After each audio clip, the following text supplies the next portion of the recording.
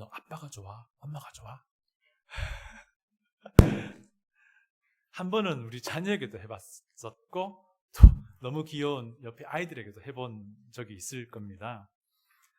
아이 입장에서는 정말 고약한 질문이죠. 이 질문을 처음 듣는 정말 천진난만한 아이는 자기 마음대로 대답할 겁니다. 엄마요, 아빠요 이렇게.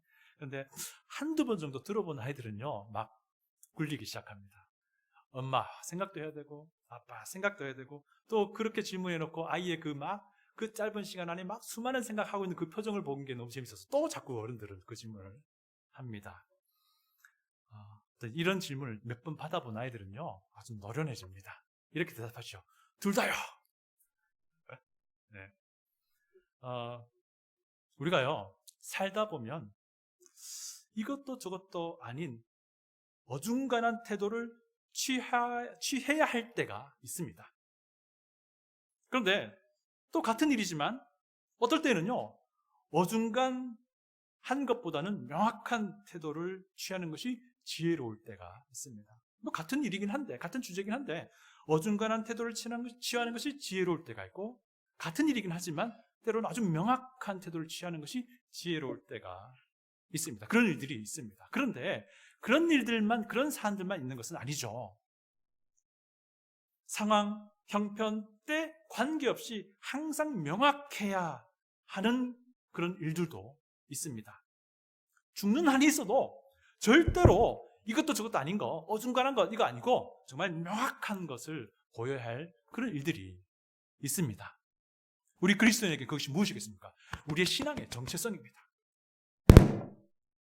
우리의 신앙은요 절대로 이것도 저것도 아닌 어중간한 것이 드러나면 안 됩니다. 그리스도인이라면 그리스도인이 되어야 하는 겁니다.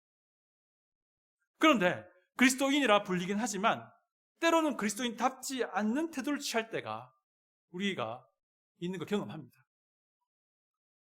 그런 어중간한 태도를 취하는 우리 자신의 심정을요 그때 당시를 솔직히 들여다보면요 내 안에 어떤 욕심이 자리 잡고 있어요.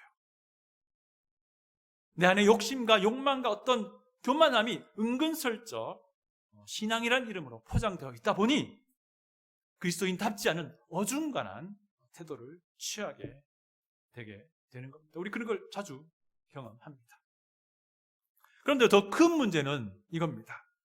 이런 어중간한 태도를 바로 잡지 않고 그냥 방치하면요 어떻게 되냐면 내가 회색 지대에 있다라는 것도 전혀 인지 못하는 그런 안쓰러운 지경에까지 이르게 된다는 겁니다.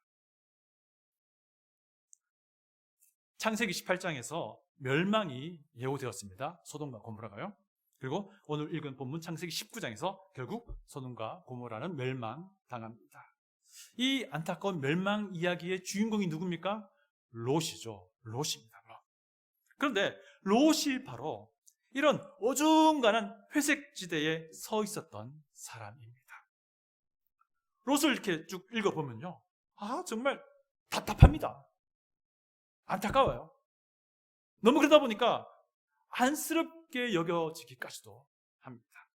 그런데요 참 신기한 건요 신약 성경은 롯을 이름에도 불구하고 의인이라고 평가를 하고 있어요. 베드로후서 2장 7, 8절을 제가 읽어드립니다. 들어보십시오. 무법한 자들의 음란한 행실로 말미암아 고통당하는 의로운 롯을 건지셨으니 이는 이 의인이 그들 중에 거하며 날마다 저 불법한 행실을 보고 들으므로 그 의로운 심령이 상함이라. 이처럼 신약 성경은 롯이라는 인물을요 의로운 사람이라고 해석을 하고 있습니다. 되게 의외입니다. 여러분 신약 성경 관점에서 의롭다 하면 무엇을 말합니까? 구원받은 하나님의 백성이다라는 겁니다.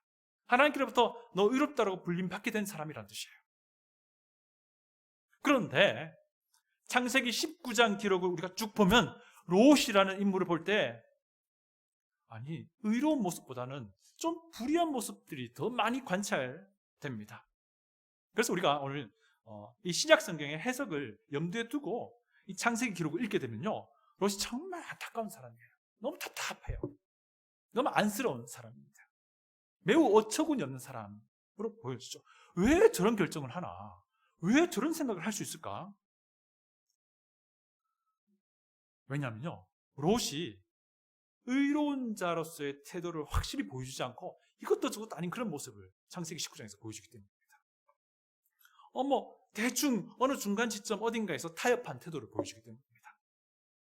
오늘 우리가 롯을 좀 살펴보길 원하는데요, 신약 성경이 롯을 의롭다라고 판단하는 것을 염두에 두고 이 마음을 가지고 롯의 이 창세기 19장에 나오는 그 어중간하고 안쓰러운 모습을 좀 살펴보길 원합니다. 과연 이 롯의 안쓰러운 모습이 나에게는 얼마나 있는지 우리 스스로 볼 수 있으면 좋겠어요. 그래서 그 모습 우리가 제거해 나가면 되겠죠.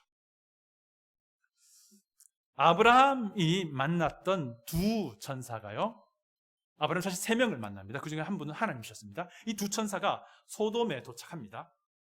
마침 롯이 소돔의 그 성문에 앉아 있었다라고 성경은 말합니다. 여러분, 그 당시 고대 군동 문화에 따르면요, 모든 중요한 성에서의 그런 행정적인 치리와 관련된 일들이 성문에서 일어났습니다. 그 안엔 재판도 마찬가지였어요. 이것은요, 어떤 걸 우리에게 시사하냐면, 이 롯이라는 사람이 비록 소돔 사람 입장에서는 외지인이긴 하지만 그래도 그가 나름 소돔이라는 그 도시 사회에서 판사의 역할을 할 만한 어떤 지위를 가지고 있었다라는 것을 시사해 줍니다. 그러니까 이거 보면 굉장히 대단한 일이긴 합니다.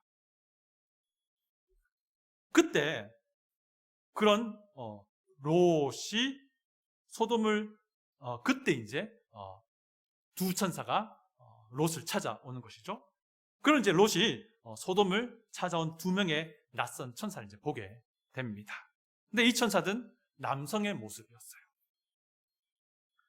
아브라함이 그랬던 것처럼 롯도 그 낯선 나그네들을 대접을 합니다.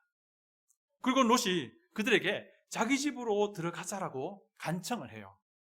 그런데 그 낯선 두 사람은 그럴 마음이 없죠. 그러니까 밤 길거리를 보고 싶은 겁니다. 왜냐하면 소돔의 죄악을 확인해야 하기 때문입니다.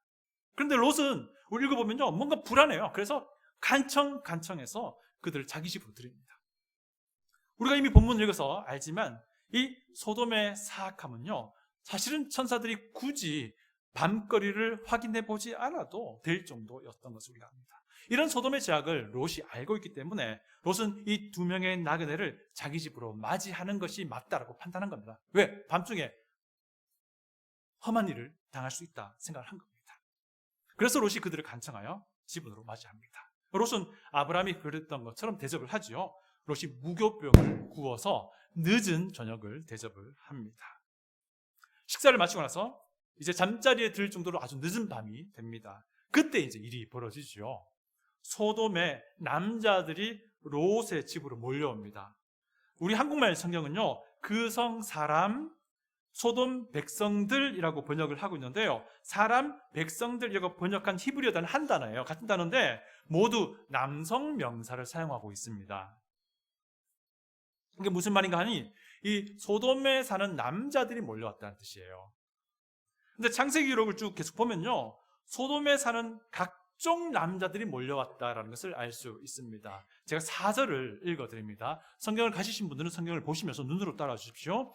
그들이 눕기 전에 그 성 사람 곧 소돔 백성들이 노소를 막론하고 원근에서 다 모여 그 집을 애워싸고, 소돔에서는 다양한 많은 남자들이 롯의 집을 둘러쌌다는 겁니다. 나이 관계없이 남자들이 롯의 집에 가까이 살든 성 저 멀리 귀퉁이에 살든 다 남성들이 롯의 집을 찾아 애워싼 겁니다.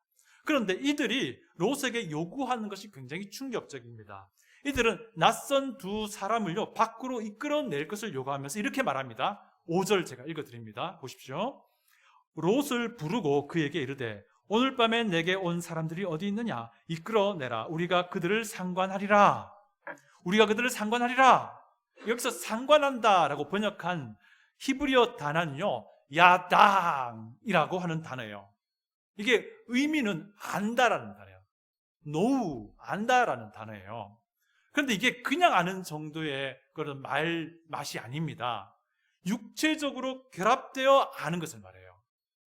결국 이다가 의미하는 바는요, 성적으로 결합한다는 것을 그런 의미예요. 그래서 여기서 소돔의 남자들이 두 천사를 상관하겠다라고 하는 것은요, 그들의 정체를 우리가 조사해보겠다라는 의미가 아니고 그들을 우리가 성적으로 욕보이겠다, 이런 뜻이에요. 이것은요 19장의 문맥 안에서도 확인이 됩니다. 동성 강간을 일삼으려는 그 소돔 사람들을 롯이 막으려고 하죠. 급기야 자기의 두 딸을 내어주려고 합니다. 대신 이것도 정말 이해가 안 됩니다. 롯의 영성이, 도덕성이 얼마나 수준이 낮은지를 보여주는 것이죠. 어쨌든 롯이 자기 두 딸을 대신 내어주려고 하면서 이런 말을 해요. 8절에 보십시오. 8절. 내게 남자를 가까이 하지 아니한 두 딸이 있노라. 청하건대 내가 그들을 너에게로 이끌어내리니 너희 눈에 좋을 대로 그들에게 행하고 그 사람들은 내 집에 들어왔은즉 이 사람들에게는 아무 일도 저지르지 말라. 남자를 가까이 하지 아니한 두 딸이라고 말해요. 그래서 가까이 하다라고 번역한 이 히브리어 단어가 똑같은 단어예요. 야다. 이 말은 롯의 두 딸이 아직 처녀라는 거예요. 그런 의미예요. 소돔 사람들의 죄는요, 성적으로 매우 문란함입니다. 그리고 소돔 사람들은 굉장히 폭력적이죠. 성폭력을 하겠다는 거예요. 그리고 소돔 사람들은 낯선 사람들을 환대하지도 않았습니다. 이것도 분명히 그들이 지는 죄입니다. 그래서 낯선 사람들이 소돔 방거리 다니는 것이 너무 위험하기 때문에 롯이 간청해서 두 나그네를 집으로 모셔드린 겁니다. 소돔의 죄악은요, 정리하면 이거예요. 나그네를 환대하지 않는 비정함이고요. 또 소돔의 또 다른 죄악은 성적인 문란함과 폭력이에요. 그 성적인 문란함과 폭력의 정점에 동성애가 여기에 표현되어 있는 거예요. 동성애 얘기 나오니까 좀 짧게 한마디 해야 될 것 같습니다. 여러분, 별의별 신학들이 다 있습니다. 퀴어 theology라는 게 있어요. 퀴어 신학. 이게 뭐냐면요, 말도 안 되는 건데 성경 안에서 동성애를 지지하고자 하는 그런 신학이에요. 이 영향을 받은 사람들이요, 창세기 19장에서 동성애 흔적을 지우려고 무던히 애씁니다. 그래서 퀴어 신학자들은요, 그 영향을 받은 사람들은요, 소돔이 심판받은 이유는 소돔 사람들이 동성애 성적 문란함이 아니고, 동성애가 아니고 낯선 이들을 환대하지 않았기 때문이라고만 이야기해요. 그것만이 멸망의 원인이라고 얘기해요. 낯선 사람들을 환대하지 않은 것, 그것도 죄였습니다. 근데 이와 함께 성적인 문란함이 그들의 죄악의 모습으로 드러난 것이죠. 그리고 그 성적인 문란함의 정점으로 동성애가 특별히 여기에 표현이 되어 있는 겁니다. 우리 성경을 균형 있게 봐야 돼요. 소돔은요, 낯선 이들에 대한 그 비정함, 동성애가 대표되는 성적 문란함과 폭력이 복합된 결과로 그들은 멸망하게 되는 겁니다. 여러분, 우리는요, 동성애라는 주제에 대해서 좀 분명한 기준을 가져야 됩니다. 동성애는요, 분명한 죄예요. 그러니까 누가 선호할 수 있는 그런 부분이 아닙니다. 내가 선택할 수 있는 게 아니에요. 하나님의 창조 질서를 어기는 겁니다. 동성애는요, 성적 문란함의 죄악이에요. 우리 교회는요, 이 사실을 애써 지우려고 할 이유가 없어요. 또 한편요, 동성애를 바라보는 시각에 중요한 인사이트가 있어야 됩니다. 뭐냐면요, 동성애라고 하는 건요, 다른 여러 종류의 죄악과 같은 죄악이에요. 그래서 동성애를 특별히 특별한 시선으로 볼 이유도 없는 거예요. 그냥 여러 죄악들 중에 하나의 죄악인 거예요. 그래서 우리가 정말 균형 잡힌 시선을 가진 그리스도인이라면요, 그들을 볼 때에 그들도 역시 구원받아야 여러 죄인들 중에 한 영혼이다라는 생각을 가져야 돼요. 구원받아야 할 잃어버린 영혼이다라는 시선을 가지고 그들을 섬기고 그들에게 복음으로 다가가야 돼요.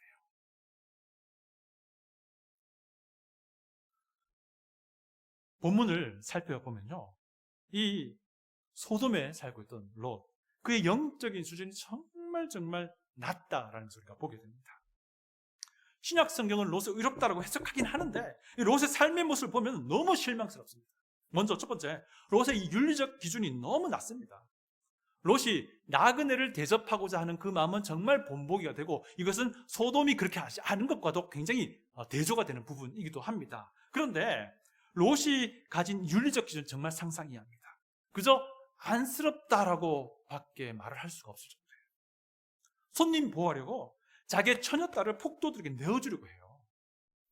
심지어 그 두 딸은 결혼을 약속한 상태였어요. 두 번째, 롯의 이 수준은요, 정말 이런 수준 이하의 도덕적 기준 때문인지는 명확치 않지만 롯은요, 예비 사위들에게도 장인으로서의 권위를 인정 못 받아요. 그가 하나님의 말씀을 전해주는데도 그 예비 사위들이 그 말을 농담으로 여깁니다. 소돔 사람들이 강압적으로 롯을 이제 밀치기 시작하니까 이제 천사들이 나섭니다. 천사들이 폭도들 눈을 멀게 하죠. 그리고 천사들이 롯을 붙잡아서 집 안으로 들입니다. 그리고 소돔의 죄악을 이제 더 이상 확인할 것도 없어요. 이제 심판의 때가 된 겁니다. 그래서 롯에게 너희 가족 말고 또 다른 같이 탈출해야 될 사람이 있으면 가서 이야기해서 데려오라고 합니다. 그때 롯이 누구 찾아갑니까? 자기 두 딸과 결혼하기로 약속한 예비 사위를 찾아가서 지금 이제 이 성읍이 하나님에 의해 멸망당한다라고 말했을 때 그 두 사위는요, 예비 장인의 그 말을 농담으로 받아들입니다.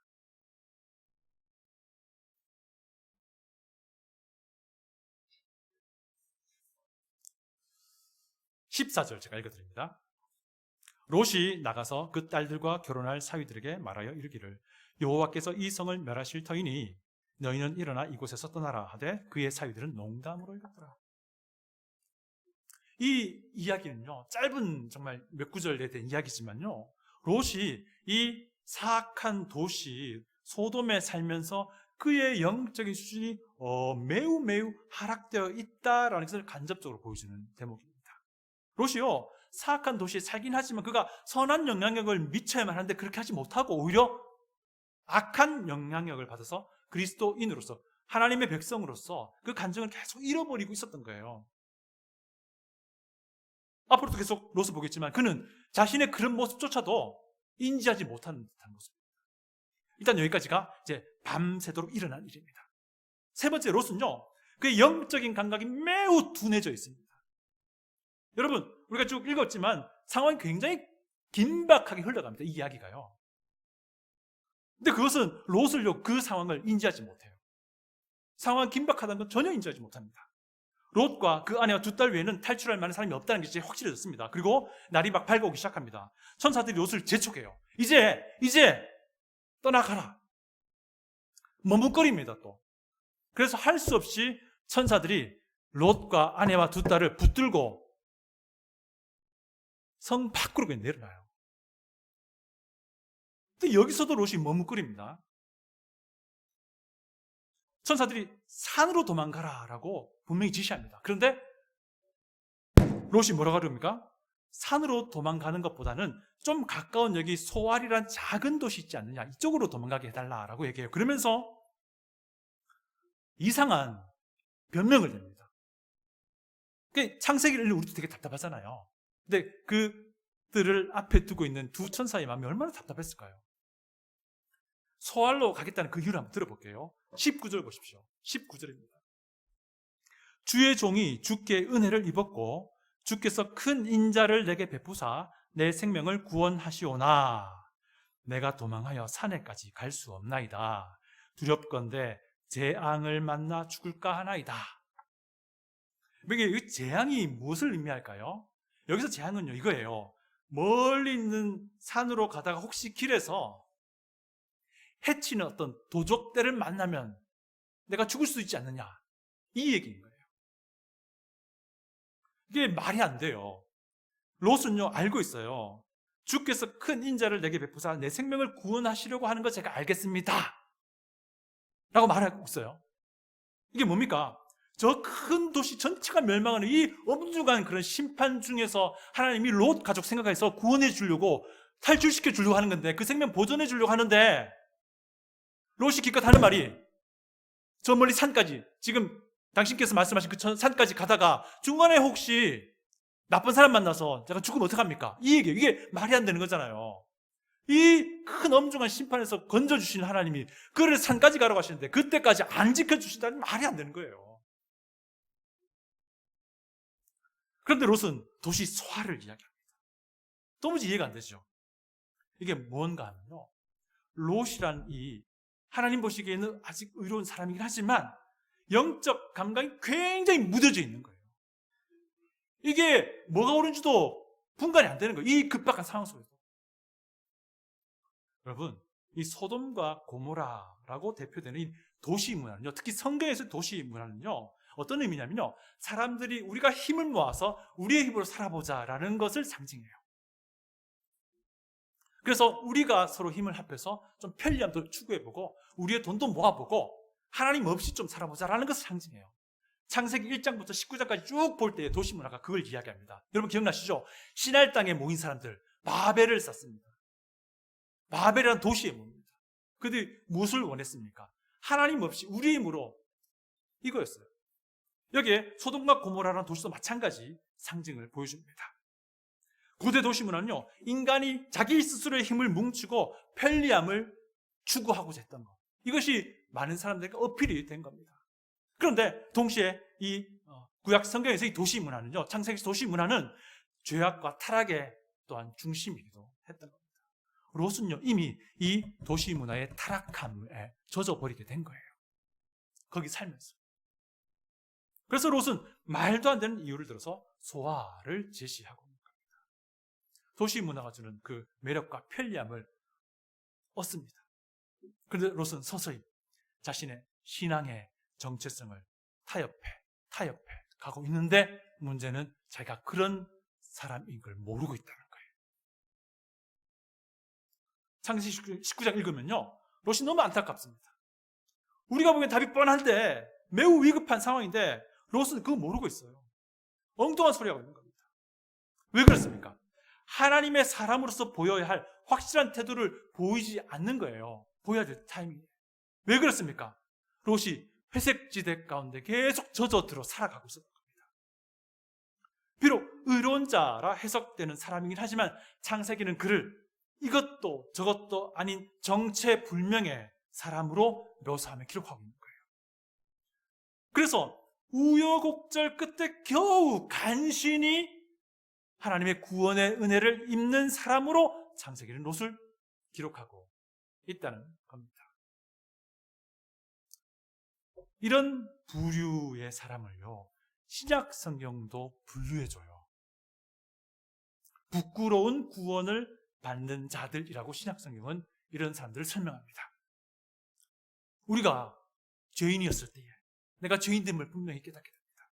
그리고 예수 그리스도를 내 구주로 믿게 됩니다. 아니, 내가 어찌 그것을 믿을 수 있을까?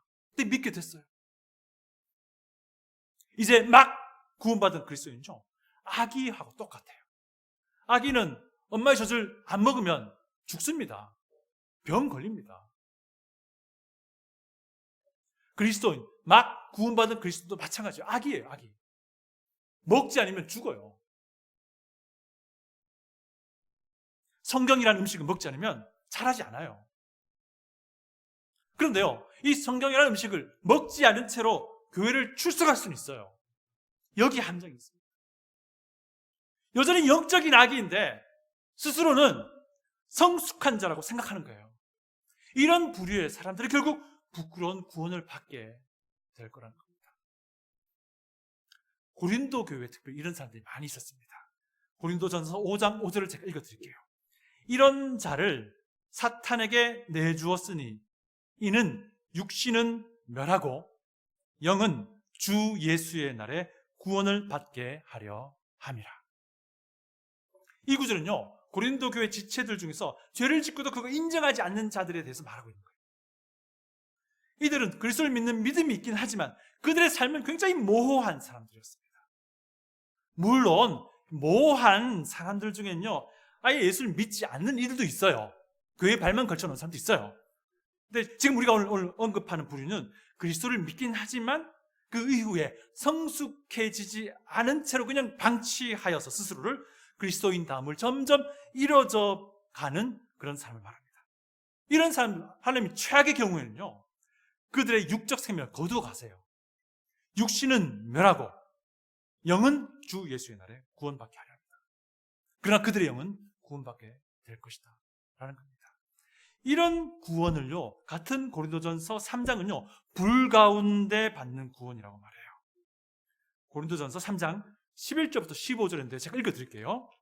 이 닦아둔 것 외에 능히 다른 터를 닦아둘 자가 없으니 이 터는 곧 예수 그리스도라.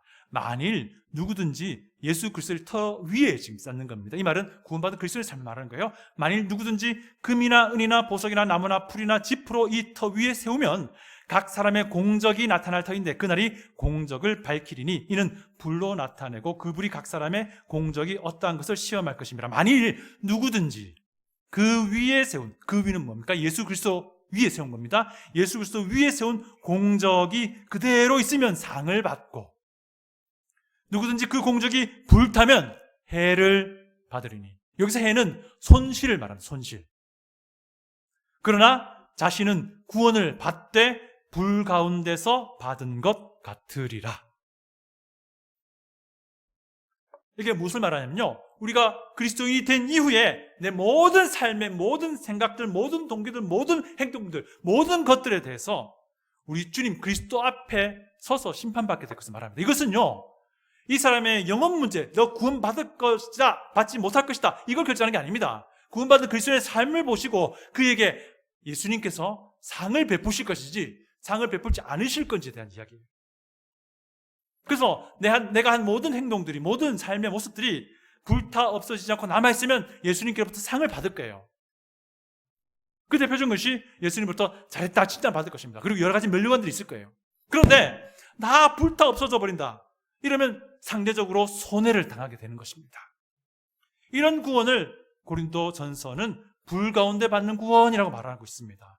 롯이 바로 이런 부류의 구원을 받는 이의 전형으로 제시되고 있는 거예요, 지금.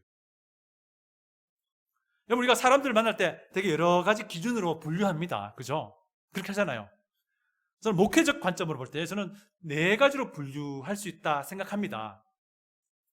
첫 번째는요, 세상의 불신자예요. 세상의 불신자. 두 번째 부류는요, 이와 반대되는, 세상과 반대되는 개념으로서의 교회에 있는 신자예요. 그런데 이것도 저것도 아닌 모호한 부류가 두 부류가 있어요. 이 모호한 두 부류 중에 첫 번째 부류는요, 세 번째라고 제가 부를게요. 세 번째 부류는 세상뿐만 아니라 교회에도 발을 살짝 걸쳐놓고 있는 불신자예요. 그런데요, 이 세 번째 부류 중에서 자신이 교회에 발을 살짝 들여놓은 것, 이것만으로 구원받을 수 있다고 생각하는 사람들이 가장 불행한 사람들이에요. 네 번째 부류는요, 교회에도 발을 걸치고 세상에도 발을 걸치고 있는 신자입니다. 롯이 바로 이런 부류의 대표 전형인 것입니다. 삼촌 아브라함과 함께 하나님의 부르심에 순종해서 가나안 땅까지 긴 여행을 합니다. 가나안 땅에 도착하죠. 가나안 땅에서 그는 아브라함과 함께 하나님을 더 알아가야 했는데, 근데 롯은 다른 선택을 하고 맙니다. 그는요, 물리적으로 부를 가져다 줄 풍요로운 땅 소돔 지역을 선택을 하죠. 소돔 지역은 그 당시 사람들에게도 이미 사악한 곳으로 알려져 있는 곳이었어요. 롯은요, 결국 이 죄악의 집약체인 소돔에 살면서 하나님의 백성으로서의 정체성을 신압으로 자기도 모르게 서서히 잃어버려 가고 있었던 겁니다. 하나님으로부터 공급받지 못한 채 아브라함과 가까이 지내면서 아브라함을 통해서 계시하시는 그 하나님으로부터 공급받지 못한 채 소돔이란 그 사악함 속에 서서히 자기도 모르게 자신의 신앙의 정체성을 계속 타협해 나가고 있었던 것입니다. 그러다 보니 이것도 저것도 아닌 그런 이상한 태도를 보일 것입니다. 여러분, 우리는 어떻습니까? 사랑하는 여러분, 혹시 우리 중에 이 세 번째 부류에 속한 분 있습니까? 교회에 이제 발을 들여놓긴 하지만 아직 믿지 않습니다. 여러분이 만약에 이 세 번째 부류에 속한 분이라면요, 예수 그리스도가 어떤 분인지 아셔야 돼요. 그분의 십자가가 과연 무슨 의미인지 아셔야 됩니다. 제가 용기를 내서 부탁을 드리는 것은요, 우리 교회에 101 구원으로의 초대라는 성경공부가 있습니다.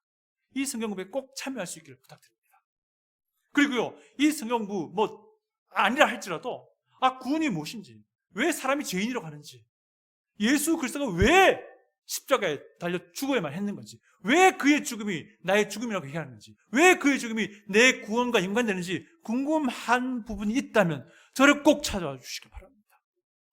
목사는 이럴 때 사용하는 거예요. 이럴 때 사용하셔야 됩니다. 혹시 여러분 중에 네 번째 부류에 속한 분 있습니까?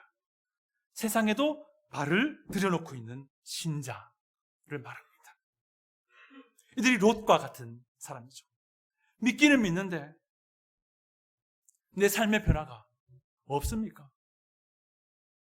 믿기는 믿는데 내 삶의 변화가 너무 더디다고 생각합니까? 여러분, 이걸 생각할 수 있는 건 너무너무 희망이 있는 겁니다.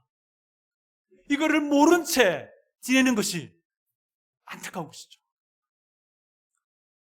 여러분, 이런 생각을 가진 분이 있으시다면요, 하나님의 말씀에 계속 노출되시길 부탁드립니다. 하나님의 말씀이 계속해서 들어가면요, 분명히 변화되기 때문입니다. 여러분, 말씀을 공부받지 못하면요, 어른 애가 돼요. 제가 목회해보니까 이런 생각이 듭니다. 여러분, 주일날 우리 설교 한번 듣습니다. 주일날 예배는요, 사실 설교가 핵심이 아니에요. 찬양 드리고 헌금 드리고 또 반응하고 결단하고 이 모든 것이 다 예배예요. 그래서 주일날 이 설교 말씀, 제 설교 짧잖아요. 30분이에요. 좀 길면 40분까지 가지만 이 30분 안 되는 이 설교 한 번 들어서 여러분의 신앙이 성숙해질 것을 기대하지 마십시오.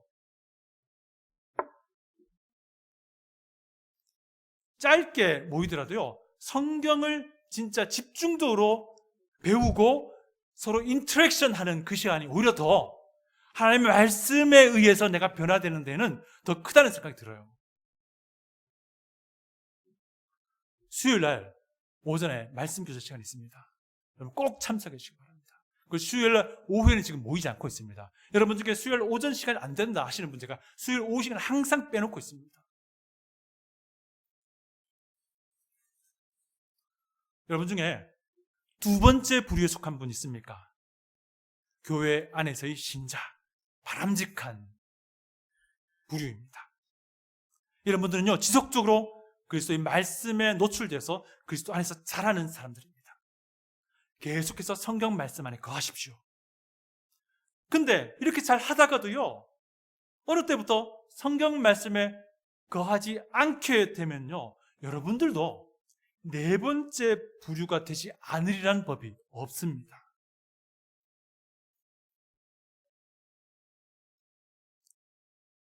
그리고 이 두 번째 부류에 속한 분이시라면요, 첫 번째 부류에 속한 세상의 불신자들에게 예수 그리스도를 꼭 전하시길 바랍니다. 여러분, 복음을 전하셔야만이 여러분의 신앙의 성장이 있습니다. 제가 단언합니다. 진짜 한 영혼 만나서 정말 예수 그리스도를 복음을 전해보십시오. 내가 믿는 예수 그리스도가 어떤 분인지 기도하는 마음으로 전해보십시오. 여러분의 신앙은요, 지금보다 100배, 1000배 업그레이드 될 것입니다. 여러분, 또 세 번째 부류인 교회에 발을 들여놓고 있는 불신자들을 보시길 바랍니다. 그들이 구원 얻도록 눈물을 흘리며 기도하시길 바랍니다. 또 네 번째 부류인 세상에도 발을 들여놓고 있는 신자, 그들도 바라보시기 바랍니다. 그리고 역량을 더 키우십시오. 그래서 그런 이들에게 때로는 따끔하게 훈계도 할 수 있으셔야 됩니다. 이 모든 일에 있어서 그러나 가장 중요한 핵심은요, 모든 우리의 시선이 예수 그리스도 그분께 맞춰져 있어야 합니다. 그리스도의 십자가를 계속 바라봐야 합니다. 그분의 십자가를 바라볼 때 우리는요, 성경 말씀 안에 거하면서 지속적으로 성숙해질 것입니다. 그분의 십자가를 바라볼 때에 우리는요, 불신자들의 영혼 구원을 위해서요, 눈물을 흘리며 기도하게 될 겁니다. 우리가 그분의 십자가를 바라볼 때에 우리는요, 회색 지대에 있는 신자들이 이제 우리 눈 안에 보이기 시작할 겁니다. 그리고 사랑의 마음으로 그들을 진하게 권면하게 될 겁니다. 때로는 아주 진하게 권위를 가지고 훈계도 할 수 있게 될 겁니다. 이게 교회예요. 이게 교회입니다. 우리 교회를 출입할 모든 이들이 정말 그리스도의 십자가를 바라보면서 함께 아름다운 믿음의 길을 걸어갈 수 있기를 축복합니다. 다시 기도하겠습니다.